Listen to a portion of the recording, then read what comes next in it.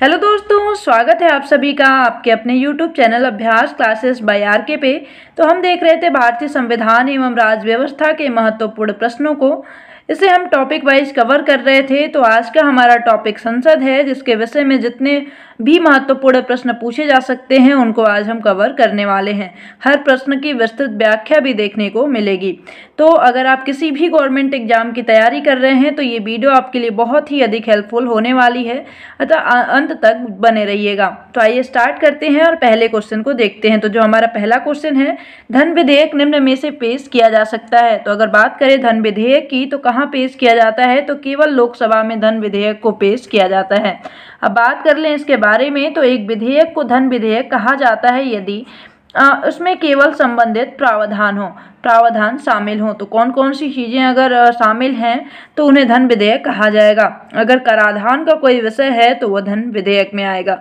सरकार द्वारा पैसा उधार लेना, भारत के संचित निधि में व्यय या प्राप्ति।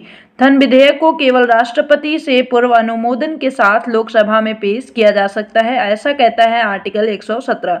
ध्यातव्य है कि अनुच्छेद 112 में वार्षिक वित्तीय विवरण या बजट का प्रावधान किया गया है।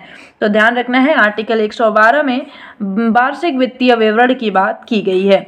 आइए अगले प्रश्न को देखते हैं। तो अगर अगले प्रश्न की बात करें तो अगला प्रश्न है हमारा, भारतीय संविधान के अनुसार सरकार के 3 अंग होते हैं, विधायिका, डैश और न्यायपालिका। तो इसका सही उत्तर क्या है? कार्यपालिका। संविधान के अनुसार जो सरकार के 3 अंग हैं वो विधायिका है, कार्यपालिका है और न्यायपालिका है। इनके बारे में जानें तो भारतीय संविधान के अनुसार सरकार के 3 अंग होते हैं, विधायिका, कार्यपालिका और न्यायपालिका। विधायिका का कार्य विधि का निर्माण करना है, कार्यपालिका का कार्य विधियों का क्रियान्वयन करना है तथा न्यायपालिका का कार्य विधियों का सही तरह से पालन और कानून की सर्वोच्चता सुनिश्चित करना है। न्यायपालिका व्यक्ति के अधिकारों की रक्षा करता है तथा पालन न करने वाले व्यक्ति को दंड देता है। अगला प्रश्न देखते हैं। हमारा अगला प्रश्न है कि भारत के उपराष्ट्रपति के निर्वाचन के लिए निर्वाचक मंडल में निम्नलिखित सदस्य होते हैं। तो बात करें तो इसमें संसद के दोनों सभाओं के सदस्य शामिल होते हैं। तो इसका सही उत्तर ऑप्शन नंबर ए हो जाएगा। इनके विषय में जानें तो भारत के उपराष्ट्रपति का पद अमेरिकी उपराष्ट्रपति की तर्ज पर तैयार किया गया है। भारतीय संविधान के अनुच्छेद 63 में उपराष्ट्रपति के पद का उल्लेख है। भारत के संविधान के अनुच्छेद 66 के अनुसार उपराष्ट्रपति का चुनाव निर्वाचन मंडल के सदस्यों द्वारा किया जाता है। निर्वाचन मंडल में शामिल सदस्यों में राज्यसभा तथा लोकसभा के सभी सदस्य निर्वाचित और मनोनीत दोनों शामिल होते हैं। संविधान के अनुच्छेद 64 के अनुसार उपराष्ट्रपति राज्यसभा का पदेन सभापति या अध्यक्ष होता है। तो ये ध्यान रखना है हमें उपराष्ट्रपति के विषय में, इनके लिए कौन कौन से आर्टिकल इंपॉर्टेंट हैं, ये सारी चीजें इसमें दी गई हैं। अगला प्रश्न देखते हैं। अगला हमारा प्रश्न है कि भारत के उपराष्ट्रपति के पद के लिए निर्वाचन 2022 के संदर्भ में निम्न कथनों पर विचार कीजिए। तो ये करंट अफेयर का क्वेश्चन है 2022 के लिए, जिससे हम स्किप कर सकते हैं, बट देख लेते हैं तो इसका सही उत्तर क्या होगा। तो 2022 के उपराष्ट्रपति के चुनाव के विषय में कुछ कथन दिए गए हैं। बात करें तो पहला कथन है कि इस निर्वाचन के लिए निर्वाचन अधिकारी राज्य सभी के महासचिव थे। तो ये बिल्कुल सही कथन है। बात करें कुल 780 मतदाता वोट देने के पात्र थे, ये ऐसा नहीं है, ये गलत है। अगर तीसरे की बात करें तो भारत के मुख्य निर्वाचन आयुक्त श्री राजीव कुमार और निर्वाचन आयुक्त श्री अनूप चंद्र पांडे ने भी जगदीश धनखड़ के निर्वाचन प्रमाण पत्र पर हस्ताक्षर किए। तो ये भी कथन बिल्कुल ही सही है। तो इसमें कथन ए और सी सही हैं। तो आइए देख लेते हैं। अगर पूछा गया है कि इनमें से कौन से कथन सही हैं, तो ए और सी दोनों ही कथन सही हैं।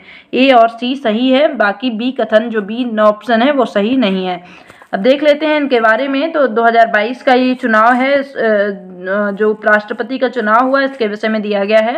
तो भारत के संविधान के अनुच्छेद 66 के अनुसार उपराष्ट्रपति का चुनाव निर्वाचन मंडलों के सदस्यों, जिसमें राज्यसभा के निर्वाचित सदस्य, राज्यसभा के मनोनीत सदस्य, लोकसभा के निर्वाचित सदस्य द्वारा किया जाता है।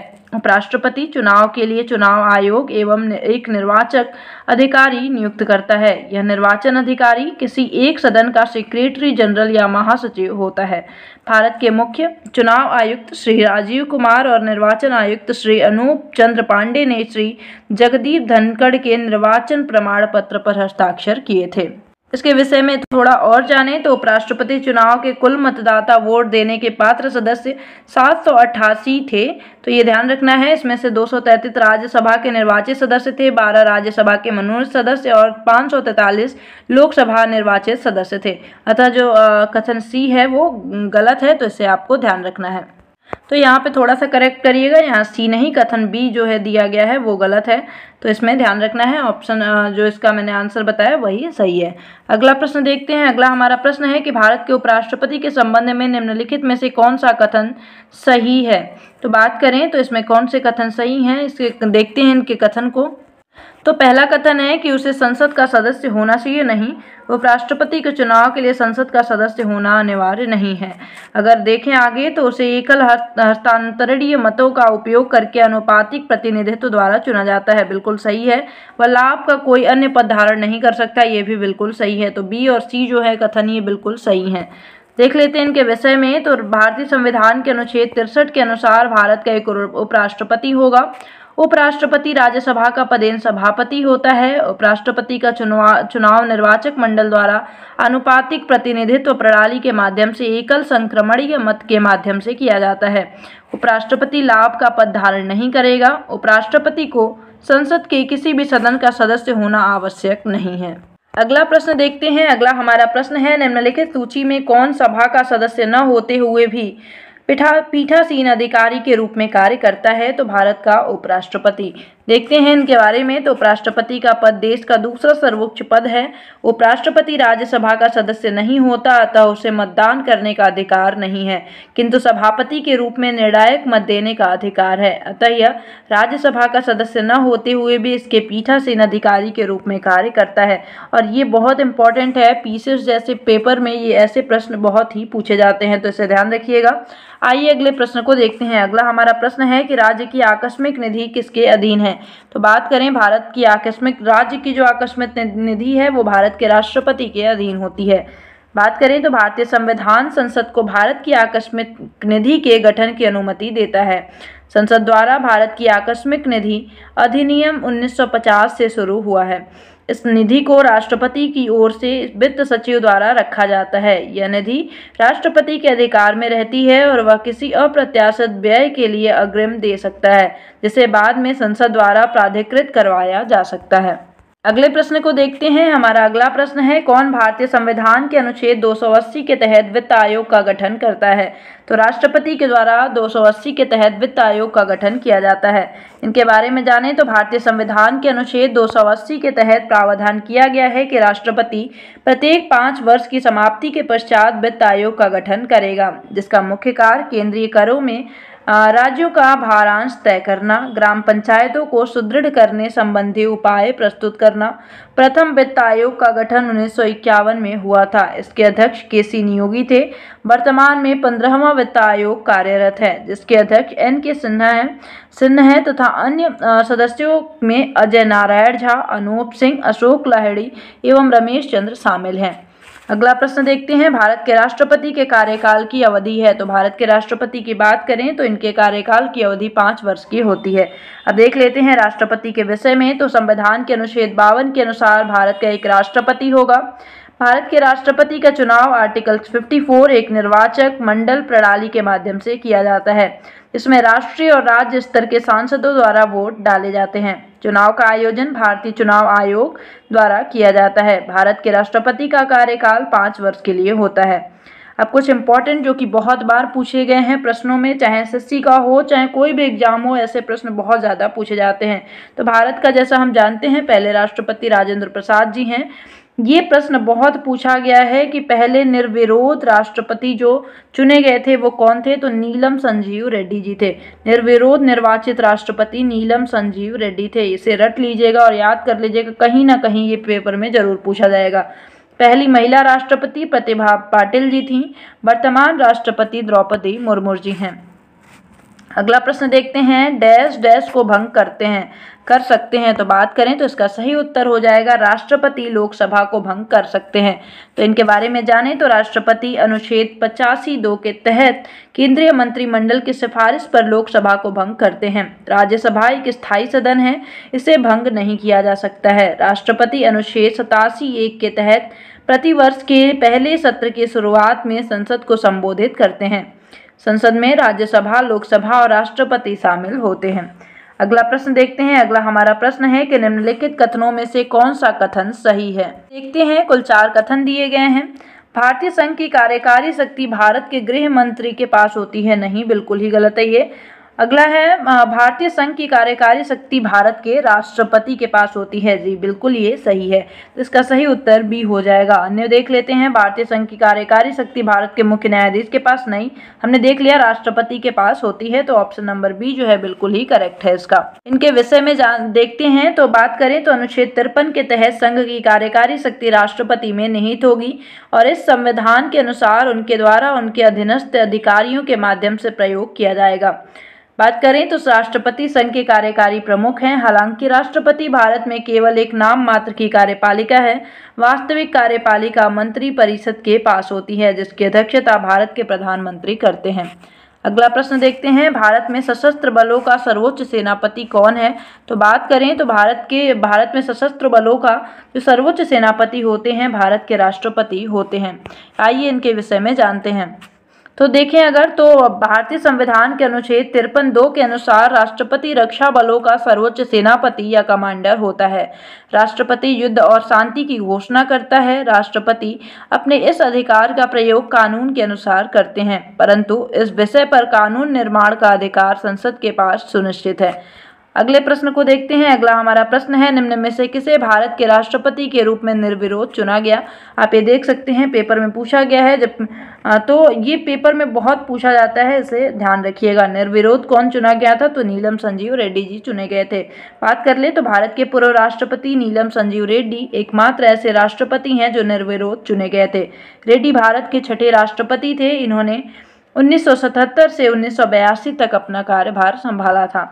अगला प्रश्न देखते हैं। डॉक्टर एस राधाकृष्णन इस अवधि में भारत के राष्ट्रपति रहे थे। तो बात करें, एस राधाकृष्णन जी जो थे वो 1962 से 1967 तक राष्ट्रपति के रूप में कार्य इन्होंने किया था। देखें अगर तो डॉक्टर सर्वपल्ली राधाकृष्णन भारत के प्रथम उपराष्ट्रपति थे।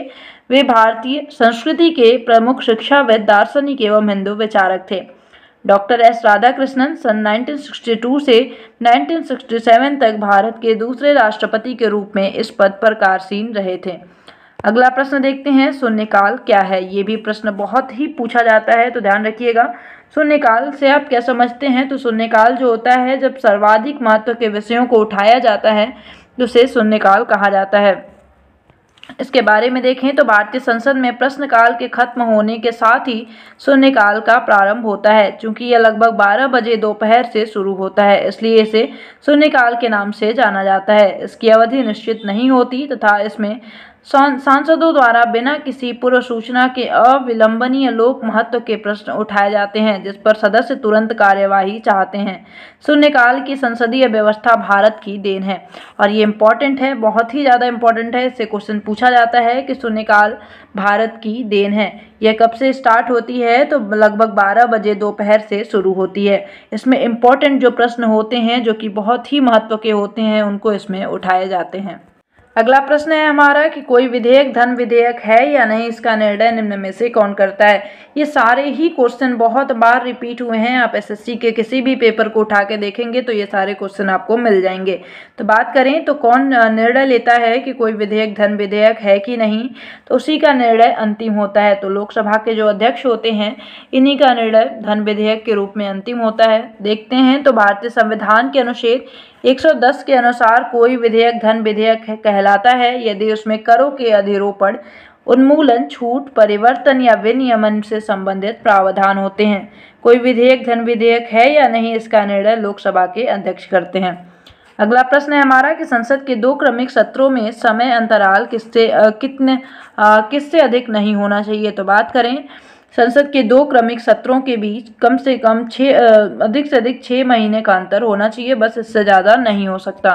तो इसके बारे में देखें तो संसद के 2 क्रमिक सत्रों में समयांतराल 6 महीने से अधिक नहीं हो सकता। एक वर्ष में संसद के 2 सत्र अनिवार्य हैं। सामान्यतः एक वर्ष में संसद के 3 सत्र होते हैं। अगला प्रश्न देखते हैं। अगला हमारा प्रश्न है, भारतीय संविधान में यह प्रावधान होता है कि राष्ट्रपति लोकसभा के लिए 2 सदस्यों को मनोनीत करें। ये सदस्य किसका प्रतिनिधित्व करने वाले होते हैं? तो बात करें तो इसका सही उत्तर हो जाएगा एंग्लो भारतीय समुदाय। इसके बारे में देखें तो भारतीय संविधान के अनुच्छेद 331 के अनुसार राष्ट्रपति लोकसभा में एंग्लो भारतीय समुदाय के 2 सदस्यों को मनोनीत कर सकता है। परंतु नोट ध्यान क्या हमें रखना है कि वर्तमान में 104वें संविधान संशोधन अधिनियम द्वारा लोकसभा तथा राज्यों के विधानसभाओं में आंग्ल भारतीयों के मनोनयन के प्रावधान को समाप्त कर दिया गया है। तो ध्यान रखिएगा कि जो आंग्ल भारतीय होते थे इनका मनोनयन राष्ट्रपति के द्वारा किया जाता था, लेकिन अब 104वें संविधान संशोधन के द्वारा इस नियम को समाप्त कर दिया गया है। अगला प्रश्न है हमारा, निम्नलिखित में से किस राज्य अथवा केंद्र शासित प्रदेश में उपराज्यपाल की नियुक्ति भारत के राष्ट्रपति द्वारा की जाती है? तो दिल्ली में जो उपराष्ट्रपति होते हैं उनकी नियुक्ति राष्ट्रपति द्वारा की जाती है। तो बात करें तो केंद्र शासित प्रदेश दिल्ली में उपराज्यपाल की नियुक्ति भारत के राष्ट्रपति द्वारा की जाती है। अगला प्रश्न है हमारा, निम्नलिखित में से कौन 1967 से 1969 की अवधि में भारत के राष्ट्रपति रहे थे? इसका सही उत्तर क्या हो जाएगा? इसका सही उत्तर हो जाएगा डॉक्टर जाकिर हुसैन जी। आइए इनके विषय में विस्तार से जानते हैं। तो क्रम से कुछ राष्ट्रपति के नाम दिए गए हैं जिनको आपको ध्यान रख लेना है। सर्वपल्ली राधाकृष्णन जी 13 मई 1962 से 13 मई 1967 तक रहे थे। बात करें उनके बाद जाकिर हुसैन जी का कार्यकाल आप देख सकते हैं, फिर बीबी गिरी जी का और फिर फरुखुद्दीन अली अहमद जी का। तो इन लोगों का कार्यकाल इस समय से इस समय तक रहा था, इसे आप नोट कर सकते हैं। अगला प्रश्न है हमारा, भारतीय सेना के सर्वोच्च कमांडर होते हैं? तो बात करें तो भारत के राष्ट्रपति भारतीय सेना के सर्वोच्च कमांडर होते हैं, ऐसा जो है आर्टिकल 53(2) के तहत कहा गया है। अगला प्रश्न है हमारा कि भारत के उपराष्ट्रपति का चुनाव एक निर्वाचक मंडल करता है जिसमें डैश होते हैं। तो भारत के उपराष्ट्रपति का चुनाव संसद के दोनों सदनों के सदस्यों द्वारा किया जाता है। इनके विषय में जानें तो भारत के उपराष्ट्रपति के चुनाव के निर्वाचक मंडल में संसद के दोनों सदनों के सभी सदस्य निर्वाचित या मनोनीत दोनों ही शामिल होते हैं, जबकि राष्ट्रपति के चुनाव में मनोनीत सदस्य भाग नहीं लेते हैं। ये ध्यान रखना है। उपराष्ट्रपति के चुनाव में निर्वाचित तथा मनोनीत दोनों तरह के सदस्य शामिल हो सकते हैं, लेकिन राष्ट्रपति के चुनाव में मनोनीत सदस्य शामिल नहीं होते हैं। अगला प्रश्न है हमारा, निम्नलिखित में से भारत के किस राष्ट्रपति की मृत्यु कार्यकाल के दौरान ही हो गई थी? तो बात करें जाकिर हुसैन जी की मृत्यु हो गई थी। देखते हैं भारतीय संविधान के अनुच्छेद 52 में प्रावधान है कि भारत का एक राष्ट्रपति होगा। डॉक्टर जाकिर हुसैन भारत के तीसरे राष्ट्रपति थे जिनका कार्यकाल मई 1967 से मई 1969 ईस्वी तक रहा था। इनकी मृत्यु राष्ट्रपति कार्यकाल के दौरान ही हो गई थी। ये देश के प्रथम मुस्लिम राष्ट्रपति भी थे। आइए अगले प्रश्न को देखते हैं। अगला प्रश्न है हमारा, राष्ट्रपति के चुनाव में निम्न में से कौन भाग लेते हैं? तो बात करें तो इसका सही उत्तर हो जाएगा संसद और विधानसभा के सभी निर्वाचित सदस्य। ध्यान रखिएगा, मनोनीत सदस्य इसमें भाग नहीं लेते हैं। इसके विषय में अगर बात करें तो भारत के राष्ट्रपति का निर्वाचन संसद के दोनों सदनों के निर्वाचित सदस्यों, विधानसभा के निर्वाचित सदस्यों तथा केंद्र शासित प्रदेशों दिल्ली एवं पुदुचेरी विधानसभा के निर्वाचित सदस्यों द्वारा किया जाता है। वर्तमान में भारत के राष्ट्रपति द्रौपदी मुर्मू जी हैं। राष्ट्रपति का कार्यकाल 5 वर्ष का होता है। अगला प्रश्न है हमारा, नियंत्रक एवं महालेखा परीक्षक की नियुक्ति कौन करता है? तो अगर बात करें नियंत्रक एवं महालेखा परीक्षक की नियुक्ति भारत के राष्ट्रपति जी के द्वारा की जाती है। देखते हैं, भारतीय संविधान के अनुच्छेद 148 के तहत नियंत्रक एवं महालेखा परीक्षक की नियुक्ति का प्रावधान है, जो अपने कार्यों के लिए संसद के प्रति उत्तरदायी होते हैं। यह केंद्र एवं राज्य दोनों स्तर पर लोक वित्त का संरक्षक होने के साथ साथ देश की वित्तीय व्यवस्था का भी नियंत्रक होते हैं। इसकी नियुक्ति राष्ट्रपति द्वारा की जाती है तथा इनका कार्यकाल 6 वर्ष या 65 वर्ष की आयु जो भी पहले हो तक होती है।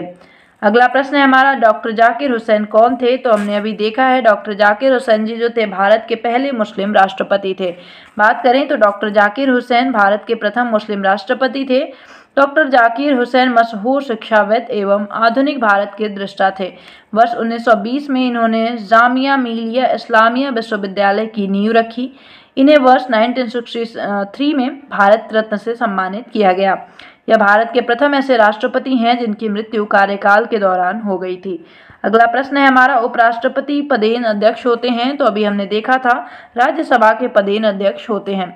देखते हैं तो भारत के उपराष्ट्रपति राज्यसभा के पदेन सभापति होते हैं। वर्तमान समय में जगदीप धनखड़ राज्यसभा के सभापति हैं। राज्यसभा एक स्थायी सदन है। राज्यसभा की अधिकतम सदस्य संख्या 250 है, जिसमें 12 सदस्यों को राष्ट्रपति द्वारा मनोनीत किया जाता है। राज्यसभा के सदस्यों का कार्यकाल 6 वर्ष होता है तथा प्रत्येक 2 वर्ष की समाप्ति पर इसके 1/3 सदस्य सेवानिवृत्त हो जाते हैं। राज्यसभा सदस्य बनने के लिए न्यूनतम आयु 30 वर्ष होनी चाहिए। अगला प्रश्न क्या है? अगला प्रश्न है हमारा, डैश डैश को भंग कर सकता है। ये देखिए क्वेश्चन लगातार रिपीट हो रहा है, तो इसकी बात करें तो राष्ट्रपति लोकसभा को भंग कर सकते हैं। इन प्रश्न को हम देख चुके हैं, तो इसलिए हम इसको स्किप करते हैं, आगे की ओर बढ़ते हैं। अगला प्रश्न है हमारा, लोकसभा में अविश्वास प्रस्ताव को प्रस्तुत करने के लिए वांछित न्यूनतम सदस्य संख्या क्या है? तो बात करें तो इसका सही उत्तर 50 सदस्य हो जाएगा। देखते हैं इनके विषय में। तो अविश्वास प्रस्ताव का प्रावधान लोकसभा के नियम 198 के तहत किया गया है। अविश्वास प्रस्ताव केवल लोकसभा में प्रस्तुत किया जाता है। ये भी बहुत इंपॉर्टेंट है, ध्यान रखिएगा। अविश्वास प्रस्ताव केवल लोकसभा में प्रस्तुत किया जाता है और यह प्रस्ताव मंत्रिपरिषद के विरुद्ध होता है। अविश्वास प्रस्ताव सदन में विपक्षी दल के किसी भी सदस्य द्वारा लाया जा सकता है। इस प्रस्ताव के पक्ष में कम से कम 50 सदस्यों का होना अनिवार्य है तथा प्रस्ताव प्रस्तुत किए जाने के 10 दिन के भीतर इस पर चर्चा होना आवश्यक है।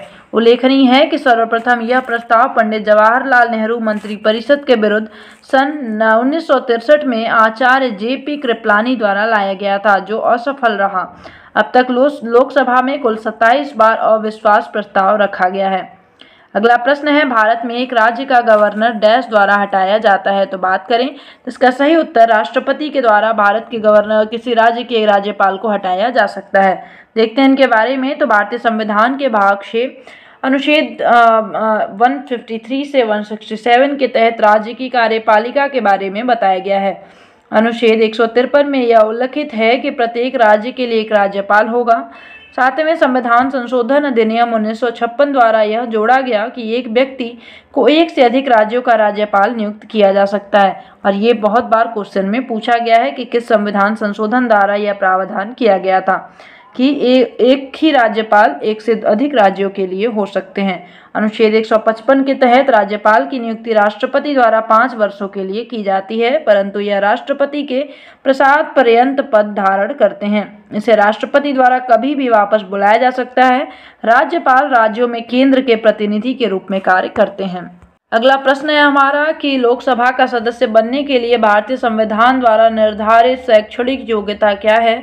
तो इसका सही उत्तर होगा कोई शैक्षणिक योग्यता निर्धारित नहीं की गई है।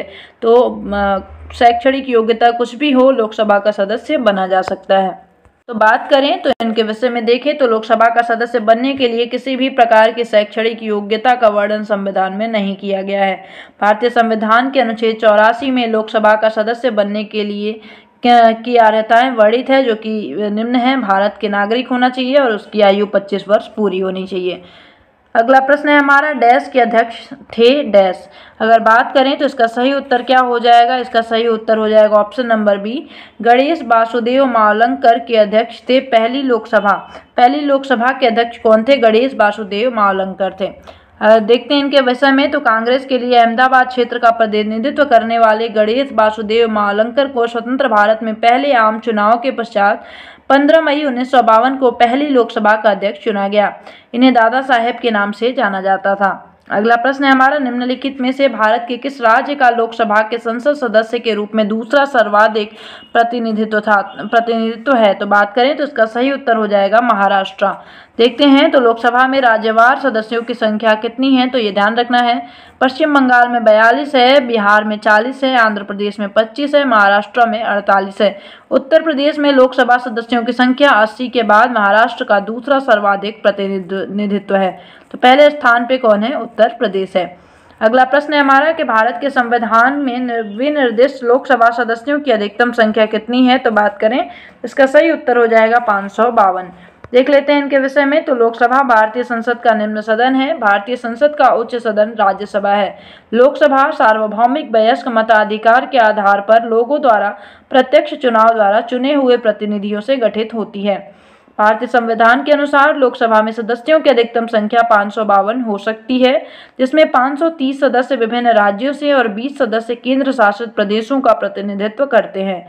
सदन में पर्याप्त प्रतिनिधित्व नहीं होने की स्थिति में राष्ट्रपति या आंग्ल भारतीय समुदाय के 2 प्रतिनिधियों को लोकसभा के लिए मनोनीत कर सकते हैं। अगला प्रश्न देखते हैं। अगला प्रश्न है हमारा कि संसद के संयुक्त सदन की अध्यक्षता कौन करता है। इसका सही उत्तर हो जाएगा लोकसभा के स्पीकर। देखते हैं इनके विषय में। तो संसद के संयुक्त अधिवेशन की अध्यक्षता लोकसभा अध्यक्ष करते हैं। संविधान के अनुच्छेद 108 के अंतर्गत संसद के दोनों सदनों लोकसभा और राज्यसभा के संयुक्त बैठक की व्यवस्था की गई है। इसके अंतर्गत किसी साधारण विधेयक पर गतिरोध उत्पन्न होने की स्थिति में राष्ट्रपति द्वारा संयुक्त बैठक बुलाई जा सकती है। निम्न परिस्थितियों में संयुक्त बैठक बुलाई जा सकती है यदि विधेयक को दूसरे सदन द्वारा अस्वीकृत कर दिया जाए। और क्या स्थिति हो सकती है। तो दोनों सदन विधेयक में किए गए संशोधनों को मानने से असहमत हों, दूसरे सदन में विधेयक 6 माह तक लंबित रहे। इन तीनों स्थितियों में संयुक्त बैठक राष्ट्रपति के द्वारा बुलाई जा सकती है, जिसकी अध्यक्षता लोकसभा स्पीकर के द्वारा की जाती है। अगला प्रश्न है हमारा, निम्नलिखित में से कौन राज्यसभा के उपसभापति हैं। तो इसका सही उत्तर क्या है, पीजे कुरियन। देखते हैं। तो प्रश्नकाल के दौरान राज्यसभा के उपसभापति पीजे कुरियन थे। वर्तमान में राज्यसभा के सभापति व उपसभापति क्रमशः जगदीप धनखड़ और हरिवंश नारायण सिंह हैं। तो ध्यान रखना है, ये पहले थे। और राज्यसभा का सभापति भारत का उपराष्ट्रपति होता है। अगला प्रश्न है हमारा कि राज्यसभा का सदस्य बनने के लिए न्यूनतम आयु क्या होनी चाहिए। तो बात करें तो राज्यसभा का सदस्य बनने के लिए 30 वर्ष न्यूनतम आयु होनी चाहिए। अगर बात करें तो राज्यसभा भारतीय संसद का उच्च सदन है। इसमें 245 सदस्य होते हैं, जिसमें 12 सदस्य भारत के राष्ट्रपति के द्वारा मनोनीत होते हैं। अन्य सदस्यों का चुनाव होता है। राज्यसभा के सदस्य 6 साल के लिए चुने जाते हैं। राज्यसभा के 1/3 सदस्य प्रत्येक 2 वर्ष में सेवानिवृत्त हो जाते हैं। इस सदन का सदस्य बनने के लिए न्यूनतम आयु 30 वर्ष होनी चाहिए। अगला प्रश्न है हमारा कि संसद की प्रत्येक बैठक के पहले घंटे को कहा जाता है। तो संसद की जो बैठक होती है उसमें जो पहला घंटा होता है उसे प्रश्नोत्तर घंटे के रूप में जाना जाता है। तो देखें तो संसद के दोनों सदन की कार्यवाही का पहला घंटा 11 से 12 बजे तक का जो समय होता है उसे प्रश्नकाल या प्रश्नोत्तर काल कहा जाता है। इस दौरान संसद सदस्य सरकार की पॉलिसी और अलग अलग बिलों पर प्रश्न पूछते हैं। प्रश्नकाल के ठीक बाद मतलब कि 12 से 1 बजे तक का समय शून्यकाल कहलाता है। इस दौरान अविलंबनीय महत्व के मामलों को उठाया जाता है तथा सांसद उस पर त्वरित कार्यवाही चाहते हैं। अगला प्रश्न देखते हैं। अगला हमारा प्रश्न है, राज्यसभा के संसद का कार्यकाल है। अगर बात करें तो राज्यसभा के संसद का कार्यकाल 6 वर्ष का होता है। आइए इनके विषय में जानें। तो राज्यसभा को संसद का उच्च सदन कहा जाता है। राज्यसभा के प्रत्येक सदस्य का कार्यकाल 6 वर्ष का होता है तथा इसके 1/3 सदस्य प्रत्येक 2 वर्ष के बाद सेवानिवृत्त होते हैं। राज्यसभा की अधिकतम सदस्य संख्या 250 हो सकती है, परंतु वर्तमान सदस्य संख्या 245 है। इनमें 12 सदस्य राष्ट्रपति द्वारा मनोनीत होते हैं तथा शेष 233 सदस्य संघ की इकाइयों का प्रतिनिधित्व करते हैं।